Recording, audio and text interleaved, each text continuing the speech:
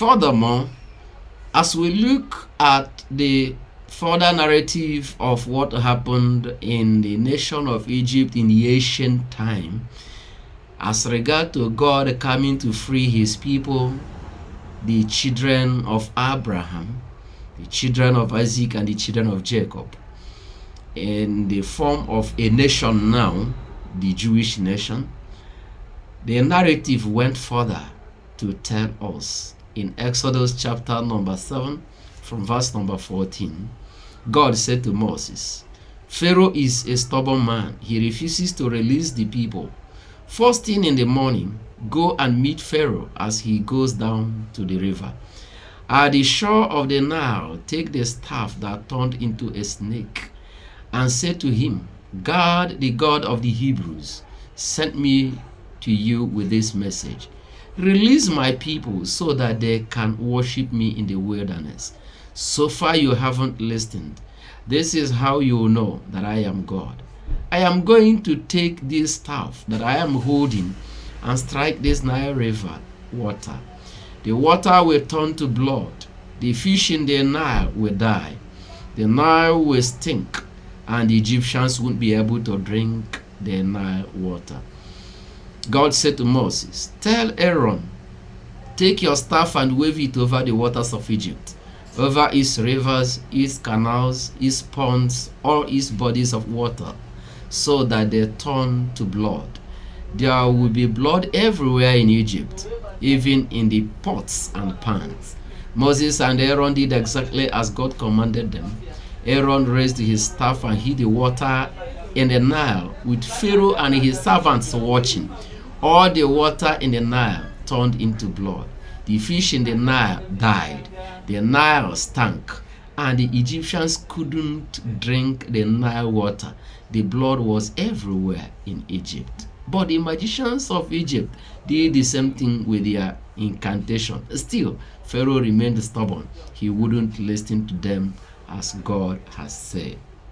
I want to say a few things here. Number one is that God decided to do this particular miracle in order to prove to the Egyptians and the king of Egypt in the person of Pharaoh that he is greater than the God he has trusted for years.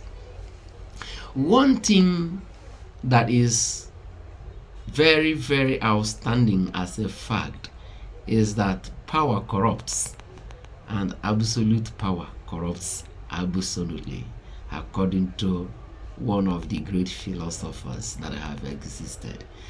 The truth is this: when one is in government where all the military personnel are answerable to him, all the people in the land are loyal to him, such person would always think he is in charge and no power can confront him.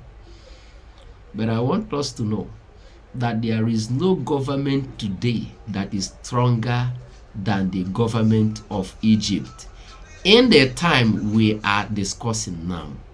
That is the ancient time. We should remember that civilization started from Africa, and it happens to be from the nation of Egypt. So even the writing started there and was developed for other nations to learn. What are we saying? What we are saying is this: when God came to free his people, he decided to silence the gods of the land. In the land of Egypt, they believe in three gods that are in charge of waters. Number one is the god they call Tefnut. Tefnut is the god that they believe is in charge of the waters in Egypt. This particular god is believed to be in control of the Nile River as well as all the waters that the Egyptians are drinking. According to the sources from the Google, Tefnut is an Egyptian god believed to be the primordial god of the watery abyss from which all creation arose. That Tefnut is the goddess of moisture, rain, and dew. Another god they believe is in charge of water is Hapi. Hapi is the god of the Nile River, vital for agriculture and life in Egypt. Another god they believe in is the god called Nun.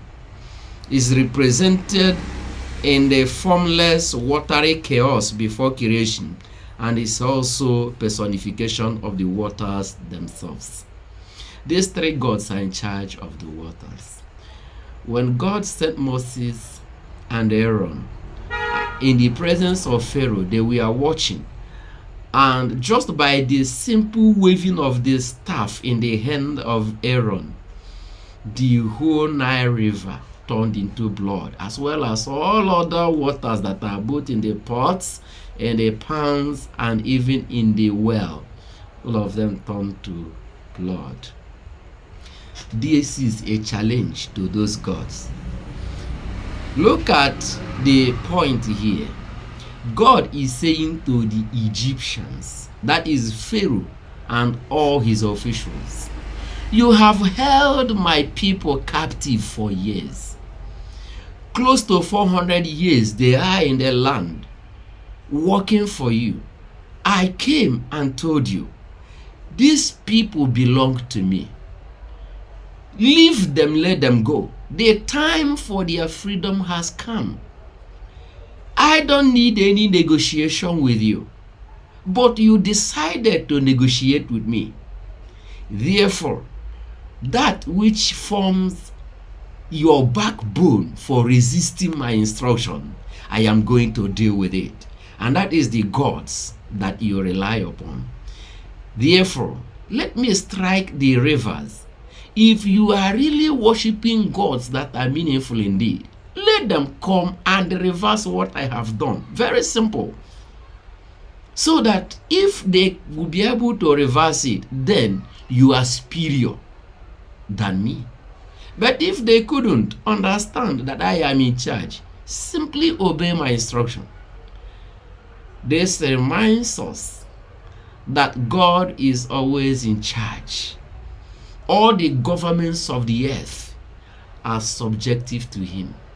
But it's quite unfortunate that many people that are wielding the power of governance would always see themselves as being on the topmost echelon of expression of power. No matter the power of governance, God is above it.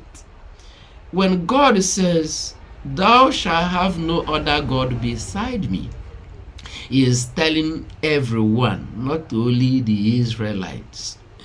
We have to be conscious of the existence of this God who is in charge of the whole universe, from whom life originates. He takes the living to enjoy the power of governance. Fearing God is very, very essential for one's exploit in life. I want to conclude this particular video by telling us that no God among these three gods was able to challenge the God of the Jews, the creator of mankind. And as such, Pharaoh was watching helplessly. Even when the Egyptian magicians came and decided to replicate what has been done, they succeeded in replicating it, but they couldn't stop it. Creating problem is easy, but stopping problem is very difficult.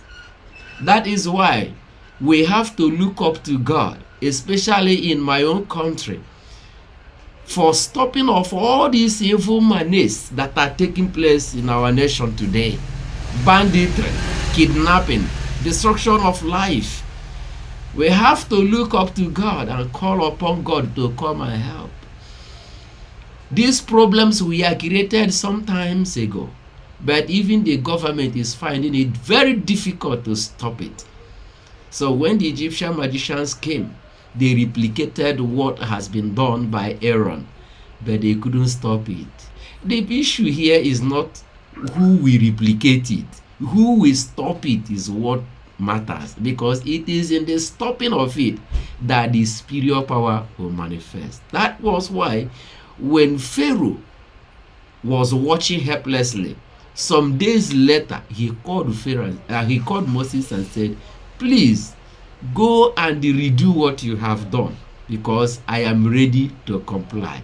Pharaoh went, cried unto God. God gave him the power, and he went and turned all the waters that have turned into blood to waters again, and they started living. But Pharaoh was stubborn. Why? God intentionally hardened his heart so that he will see more mighty works of God and more judgments in the land. That is why I encourage those who are power drunk in government today to reconsider their thoughts. Reconsider what goes in the thinking domain of yours. Reason is this: the more you enjoy power and use it abusively, the more you attract the wrath of the great God who made the heavens and the earth. No power today can equal the power that existed in Egypt during the time we are discussing. But God came and proved to them that he is in charge. These three goddesses that are in charge of rivers and waters, we are all judged here, because the confrontation before them, they could not overturn it until God came and overturned it. May we come to this conclusion today by believing that there are problems it will take God to solve. Why can't African governments, most of the African nations who has troubles that are bedeviling them, why can't they look up to God? Hence, they are no more able to handle it. It is God of heaven who can stop the problems that man created but could not stop. Call me Pastor Elisha, the reformer with a difference and a rising voice in Africa.